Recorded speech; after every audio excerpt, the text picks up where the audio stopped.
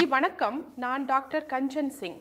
India home பத்தியில் உங்களை அனைவரையும் வரவேற்கிறேன். நீங்கள் அனைவரும் நலமாகவும் ஆரோக்கியமாகவும் இருப்பீர்கள் என்று நம்புகிறேன். பல்வேறு கிரானிக் கிட்னி நோயாளிகள் இருக்கிறார்கள். அவர்களுக்கு இரத்தம் சரியாக உருவாகவில்லை. இரத்தம் உருவாகாததால் அவர்கள் பீட்ரூட் சாப்பிட ஆரம்பிக்கிறார்கள்.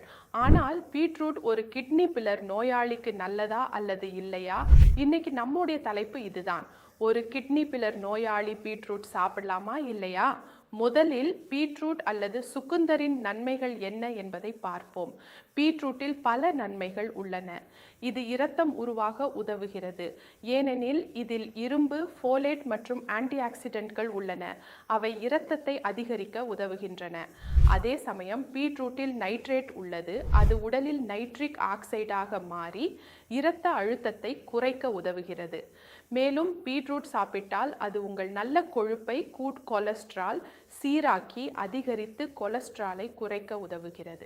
இதனால் இதய சம்பந்தமான பிரச்சனைகள் வராது.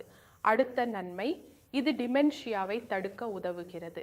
ஏனெனில் பீட்ரூட்டில் உள்ள நைட்ரிக் ஆக்சைடு இரத்த ஓட்டத்தை அதிகரிக்கிறது.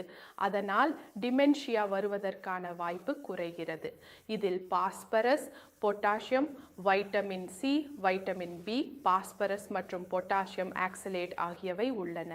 அப்படியென்றால் ஒரு கிட்னி பில்லர் நோயாளி பீட்ரூட் சாப்பிடலாமா இல்லையா? இதில் ஆக்சலேட், பொட்டாசியம் மற்றும் பாஸ்பரஸ் உள்ளன. நீங்கள் கிரானிக் கிட்னி நோயால் பாதிக்கப்பட்டிருந்தால் உங்கள் உணவில் பாஸ்பரஸ் மிக குறைவாக இருக்க வேண்டும் என்றும் பொட்டாசியம் இருக்கக்கூடாது என்றும் நான் எப்போதும் கூறியுள்ளேன். ஆக்சலேட் உள்ள எந்த உணவையும் தவிர்க்க வேண்டும். ஏனென்றால் ஆக்சலேட் உடலில் சென்றால் அது சிறுநீரக கற்களை உருவாக்கும். பொட்டாசியம் உங்கள் கிட்னி சரியாக செயல்படவில்லை என்றால் அது அதிகரித்து இதய கோளாறு, ஹார்ட் அட்டாக் ஏற்படுத்தும். பாஸ்பரஸ் அதிகரித்தால் உடலில் அரிப்பு ஏற்படும். மேலும் பாஸ்பரஸ் தொடர்ந்து அதிகரித்தால் பராதைராய்டு ஹார்மோன் அதிகரித்து நோயாளியின் கால்களில் வீக்கம் ஏற்படும். அப்படியென்றால் இப்போது நீங்களே யோசித்து பாருங்கள். ஒரு கிரானிக் கிட்னி நோயாளி பீட்ரூட் சாப்பிடலாமா? முற்றிலும் சாப்பிடக்கூடாது. ஏனெனில் இதில் பொட்டாசியம், பாஸ்பரஸ் மற்றும் ஆக்சலேட் உள்ளன. இவை உங்கள் கிட்னி செயல்பாட்டை மேலும் பாதிக்கக்கூடும். கிரெடினின் அளவை அதிகரிக்கக்கூடும். யூரியா அளவையும் அதிகரிக்கக்கூடும். அதேபோல் பொட்டாசியமும் அதிகரிக்கக்கூடும்.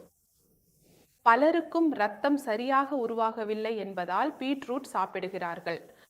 நீங்கள் ஆரோக்கியமாக இருந்தாலும் நீங்கள் கிரானிக் கிட்னி நோயாளி இல்லைன்னா பீட்ரூட் சாப்பிடலாம். பீட்ரூட்டில் நிறைய நன்மைகள் உள்ளன. அதை நான் இப்போதே உங்கள்கிட்ட கூறினேன். ஆனால் நீங்கள் கிரானிக் கிட்னி நோயாளி என்றால் பீட்ரூட் உங்கள் கிட்னியின் செயல்பாட்டை அதிகரிப்பதற்கு பதிலாக அதை குறைக்கும். மேலும் செயல்பாட்டை மேலும் பாதிக்கும். இதனால் உங்கள் கிரெடினின் அதிகரிக்கலாம், யூரியா அதிகரிக்கலாம், பொட்டாசியம் அதிகரிக்கலாம். மேலும் நீங்கள் கிட்னிக்கல் நோயாளி என்றால் உங்கள் கிட்னியில் மீண்டும் மீண்டும் கல் உருவாக வாய்ப்பு உள்ளது. கிட்னி கல்லால் கூட சிலருக்கு கிட்னி சேதம் ஏற்படுகிறது. அவர்களின் கிரெடினின் மற்றும் யூரியா எதிர்காலத்தில் அதிகரிக்கலாம் என்பதும் காணப்பட்டுள்ளது. எனவே பீட்ரூட் எந்த ஒரு நோயாளியும் கிரானிக் கிட்னி நோயால் பாதிக்கப்பட்டிருந்தாலும், கிட்னி கல் இருந்தாலும் நீங்கள் பீட்ரூட்டை தினமும் சாப்பிடும் பழக்கம் இருந்தால் அதை சாப்பிட வேண்டாம். குறிப்பாக நான் கிரானிக் கிட்னி நோயால் பாதிக்கப்பட்ட நோயாளிகளை பற்றி பேசுகிறேன். எனவே எத்தனை வகை நோயாளிகள் பீட்ரூட்டை சாப்பிடலாம் அல்லது சாப்பிட முடியாது என்பதை நீங்கள் புரிந்து கொண்டீர்கள் என்று நம்புகிறேன். இன்றைய வீடியோவில் இவ்வளவுதான். அடுத்த வீடியோவில் மீண்டும் சந்திப்பேன். அதுவரை நன்றி.